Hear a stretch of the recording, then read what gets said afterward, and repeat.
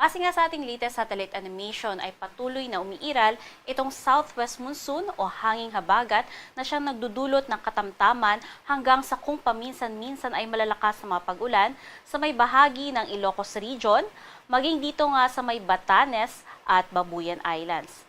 Samantalang sa nalalabing bahagi ng ating bansa ay iiral naman yung localized thunderstorms na kung saan matataas nga yung tsansanan, especially dito sa may kanlurang bahagi ng Mindanao, kanlurang bahagi ng Visayas at katimugang bahagi ng Luzon.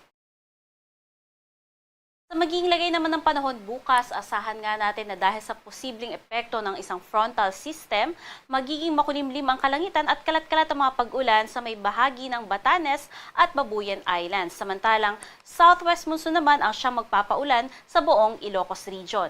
At sa lalabing bahagi ng Luzon ay iiral naman ang localized thunderstorms. Agwat ng temperatura sa lawag, bahagyang bumaba dala nga ng mga pag-ulan, aabot lamang ng 26 to 30 degrees Celsius, Metro Manila 26 to 32 degrees Celsius at sa may Legazpi 25 to 34 degrees Celsius. Sa magiging lagay naman ng panahon sa buong Palawan, Visayas at Mindanao, asahan din natin yung tsansa ng mga localized thunderstorms. Ngunit huwag isasabolang bahala nga yan dahil nakikitaan natin ng malalakas na mga thunderstorm activity dito sa may Mindanao at kanlurang bahagi ng Visayas maging sa may Palawan. Agwat ang temperatura sa buong Visayas sa abot ng 26 to 33 degrees Celsius samantalang sa Zamboanga, 25 to 35 degrees Celsius at sa may Davao, 25 to 33 degrees Celsius. Sa magiging lagay naman ng ating karagatan, wala tayong nakataas sa gale warning kaya malayang maglalayag lahat ng sasakyang pandagat. Iba yung pag-iingat nga lang dito sa may maglalayag sa may bahagi ng extreme northern Luzon dahil katamtaman ng pagtaas ng mga pag-alon at aabot ng 1.5 to 3.1 meters.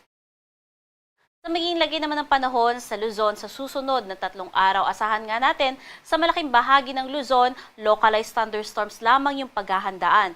Ngunit sa may bahagi naman ng Ilocos Region at Batanes, asahan natin na dahil sa pinagsamang epekto ng southwest monsoon at frontal system, patuloy ngayong mararanasan ng mga pag-ulan dyan hanggang sa Huwebes. At pagsapit ng Biyernes, more on sa Ilocos Region na lang yung uulanin dala ng habagat. Samantalang sa buong Visayas at Mindanao, localized thunderstorms ang iiral. Ngunit paghandaan pa rin natin yung localized thunderstorms, lalong-lalo na nga sa mga areas na nabanggit natin kanina.